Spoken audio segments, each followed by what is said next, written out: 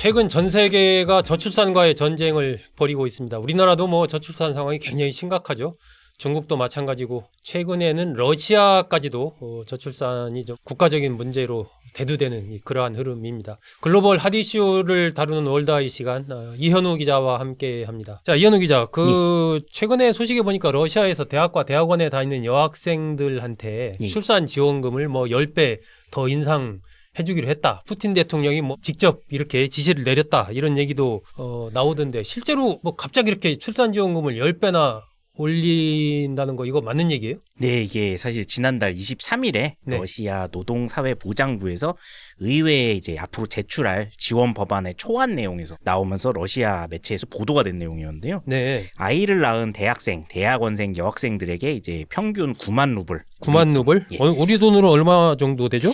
우리 돈으로 한 128만 원 정도를 장학금으로 지원을 해준다. 이런 내용입니다. 네. 원래 러시아에서는 아이를 낳은 대학생, 대학원생 여학생들한테는 평균 9,300루블, 한 13만 원 정도의 지원금을 장학금으로 지원을 했는데요. 네. 이게 거의 10배로 늘어난 셈입니다. 아, 많이 늘어나긴 했네요. 예, 앞서 이제 푸틴 대통령이 지난해 12월 국무회의에서 출산수당을 높이라는 이제 강력한 지시를 내렸고 여기에 대해 정부가 후속 조치를 발표한 내용이다. 그렇게 지금 알려져 있습니다. 아, 이게 뭐 우리 돈으로 봤을 때 128만 원, 한 130만 원 정도니까 뭐 큰 돈 아니지 않느냐. 요즘에 우리 지자체들도 보통 뭐 1,000만 원 기본으로 해서 출산지원금 주고 있기 때문에 그렇게 생각하실 수도 있지만 어쨌든 이게 러시아 입장에서 보면 갑자기 한 10배를 확 올려준다라는 것이 상당히 파격적인 이런 조치인데 그만큼 어떻게 보면은 이 푸틴 대통령이 보기에는 이 저출산 문제가 러시아로서도 굉장히 심각하다, 국가적인 문제다라고 생각했으니까 이런 조치 내렸을 거 아니에요? 예, 그렇습니다. 지금 러시아의 일단은 출산율부터 먼저 보시면은 네네. 러시아가 원래 1989년까지는 출산율이 한 2.0명을 유지를 해가지고 이제 인구 유지까지는 가능하다 그랬었는데 이제 그 이후에 출산율 감소가 계속 시작이 돼서 작년에 이제 1.4명 아래로 내려왔습니다. 아, 1.4까지. 예, 그러다 보니까 이제 앞으로 올해는 아마 1.3대로 내려올 거다 그런 이야기들이 나오고 있고 중국보다는 조금 심각하네요. 그렇습니다. 중국이 한 1.6 정도였는데 1.43이니까 굉장히 지금 빠르게 하락을 하고 있기 때문에 그리고 이제 또 하나 문제는 우크라이나 전쟁이 지금 3년째로 접어들면서 남성 인력이 굉장히 부족하다고 합니다. 이제 지난해 러시아 정부가 집계한 바에 따르면은 러시아 내 일자리 중에 200만 개 이상의 지금 인력이 부족하다. 200만 사람이 개 정도 없다. 부족하다. 그렇게 조사가 됐는데요. 특히 이제 모병하고 징집하고 그리고 또 이 징집을 피해서 또 청년 남성들이 대거 국외로 대피를 하면서 인력이 한 200만 명 이상 감소를 했다고 합니다. 네. 지금까지 뭐 부분 동원된 병력이 60만 명에서 70만 명 정도고 여기에 지금 사상자도 최소한 30만에서 40만 명 정도로 예상이 되고 있고요. 네. 거기다가 국외 탈출한 남성들도 100만 명 가까이 되기 때문에 아이고. 아마 200만 명 이상 인력이 빈 게 아니냐 이런 이야기들이 나오고 있습니다. 근데 지금 러시아가 그러다 보니까 인구가 상당히 많이 부족해졌고요. 네. 특히 안 그래도 이제 구소련이 해체가 되면서 그 이전에 인구가 한 2억 2천만 명 정도 됐었는데 구소련으로 이제 독립국가 연합들이 다 떨어져 나가면서 지금 현재 인구는 1억 4천만 명 정도밖에 되지 않는 상황입니다. 1억 4천만 명 정도인데 어쨌든 또 저출산이 오니까 계속 예, 주니까. 그렇습니다. 어쨌든 이 정도로 러시아 인구 부족 문제 이거 뭐 우리나라보다는 상황이 좋은 편이긴 하지만 러시아도 출산율이 그렇게 1.3 정도로 떨어질 정도면 국가적으로 상당히 비상이 걸렸을 만합니다. 그러다 보니까 일각에서 나오는 얘기이긴 한데 이제 러시아 우크라이나 전쟁, 러시아가 우크라이나 전쟁을 일으킨 이유 중에 하나가 땅덩어리를 영토를 많이 차지하기 위한 물론 그런 것도 있지만 그 막후에는 인구를 더 확보하기 위한 그런 셈법이 있다 이런 얘기도 나오고 있던데 그건 어떻게 봐야 되나요? 네, 사실은 이 내용은 우크라이나 전쟁 이전부터 현재 러시아의 여당인 통합 러시아당 내 이제 민족주의 정치가들이 많이 있는데요. 그들이 주장했던 내용 중에 이 내용이 상당히 많았다고 합니다. 네. 러시아가 최소 옛 소련의 인구 정도는 회복을 해야 앞으로 강대국 지위를 유지할 수 있다 이런 내용이었는데요. 한 2억 그러니까 아까 2억 2천 명 정도니까 최소 2억 명 이상은 돼야 되지 않느냐 이 얘기네요. 예, 그렇습니다. 그래야만 현재 인구가 3억 명대인 미국이나 아니면 국경을 맞대고 있는 14억 인구 대국인 중국과 대응이 가능하다. 네. 이런 내용이었는데요. 우크라이나가 사실 러시아에서 떨어져 나가기 직전까지 인구가 한 4,500만에서 4,800만 명 사이였습니다. 그러니까 그 인구가 떨어져 나가면서 러시아 인구가 이제 2억 명 아래로 떨어진 거거든요. 그렇군요. 그러다 보니까 이제 러시아의 미래 기반을 이제 되찾으려면 우크라이나 우크라이나 인구를 다시 흡수를 해야 된다.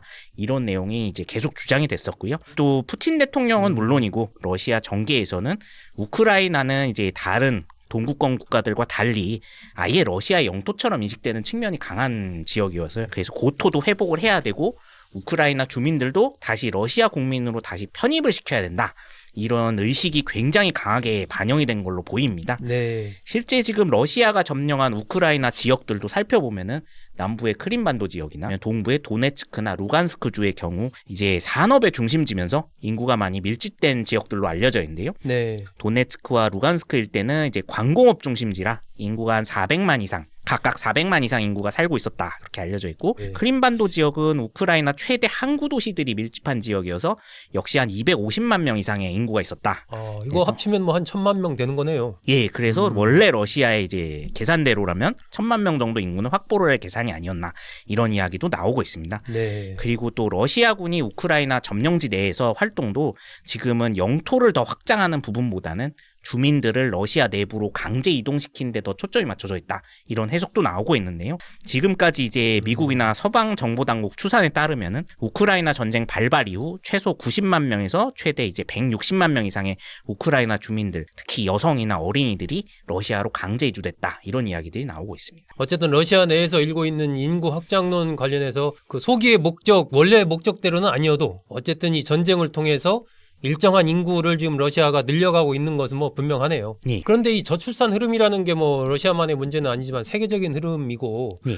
우리나라도 이 기조를 뭐 다시 바꾸기 위해서 엄청난 노력을 하고 있지만 쉬운 문제가 아니잖아요. 예, 이 그렇습니다. 러시아 경우에 이게 과연 좀 이 저출산 흐름을 바꿀 수가 있을까요? 이건 전망은 어떻습니까? 네, 지금 러시아 정부 내에서도 이거를 놓고선 상당히 이견이 분분한 상황이라고 하는데요. 우크라이나 주민들을 강제로 끌어온다고 해도 네. 결국엔 그만큼 장기전에 사망한 남성들이나 아니면 이제 사상자들이 계속 늘어나고 있어서 결국에는 이제 플러스 마이너스로 따지면은 과연 얼마나 많이 늘어날까 여기에 대한 이제 회의적인 시각도 나오고 있고요. 네. 그리고 일단 러시아 통계청에서는 우크라이나 전쟁 여파로 남성들이 대거 이제 해외로 빠져나가거나 사망했기 때문에 출산율이 아까 말씀드렸듯이 1.3명대로 떨어질 거다 이런 지금 우려가 나오고 있습니다. 네. 그러다 보니 러시아 정부 일각에서는 더 이상 이런 인센티브 정책, 그러니까 보조금을 지원을 하거나 아니면 뭐 주택 구매에 있어서 이제 좀 더 출산한 사람들한테 우선권을 주는 네. 이런 정책만으로는 한계가 있다면서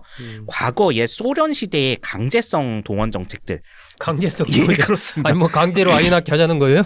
그렇습니다. 아. 이게 가장 대표적인 아이디어가 예전 소련 시절에 있었던 무자녀 세금을 부활을 시키자.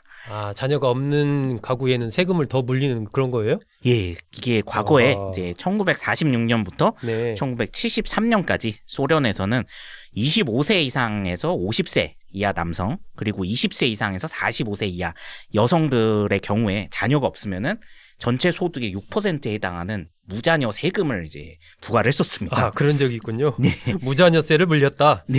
아. 이게 사실은 2차 세계대전 당시에 소련군이 사상자가 2천만 명이 넘게 나오면서 인구가 엄청나게 줄어들었었기 때문에 여기에 대한 대응으로 이제 마련했던 정책이었는데요. 네. 그래도 이것도 상당히 회의적인 게 이제 과거 냉전기에는 소련 사람들이 사실 뭐 다른 나라로 이주하는 게 굉장히 어려웠습니다. 그러니까 무자녀세를 도입을 하든 정부에서 어떻게 강제를 하든 다 받아들여야 되는 입장이었다면 네. 이제 지금의 러시아는 이제 우크라이나 전쟁이 끝나고 나면은 다시 국제사회로 복귀를 할 것이고 그러고 나면 이런 강제 정책을 폈을 때 과연 청년들이 러시아에 계속 살 것인지 오히려 해외 이주를 그렇습니다. 더 오히려 부추기는 그런 정책이 되지 않겠느냐. 예. 그래서 아무래도 러시아 안팎에서도 현실적으로는 그런 강제성 정책보다는 이제 전시경제 체제가 빨리 종식이 되고 대러 제재가 풀려서 경기가 다시 선순환 체제로 나아가야만 네. 그래야 남성들도 다시 해외에 나갔던 남성들도 돌아오고 일자리도 다시 이제 채워지게 되면서 네. 이제 출산율이 다시 복귀되지 않겠냐 그런 지금 이야기들이 나오고 있습니다. 모든 마쿠에는 뭐 우리나라도 그렇지만 결국은 돈 문제, 뭐 금강산도 식후경이라고요. 결국은 경제가 선순환이 잘 돌고 또 취업이 잘 되고 그런 다음에 또 출산도 생각하게 되고 이것이 뭐 기본적인 흐름이 아닌가 싶습니다. 러시아도 저출산과 관련해서 심각한 위기를 겪고 있는 또 여러 가지 다양한 정책들을 내놓고 있는데 그것에 대해서 또 갖고 있는 고민들이 좀 있는 것 같습니다. 이번 시간에는 푸틴 러시아 대통령이 갑자기 출산 지원금을 10배 대폭 인상한 그 이유에 대해서 이현우 기자와 함께 알아봤습니다. 여러분 고맙습니다.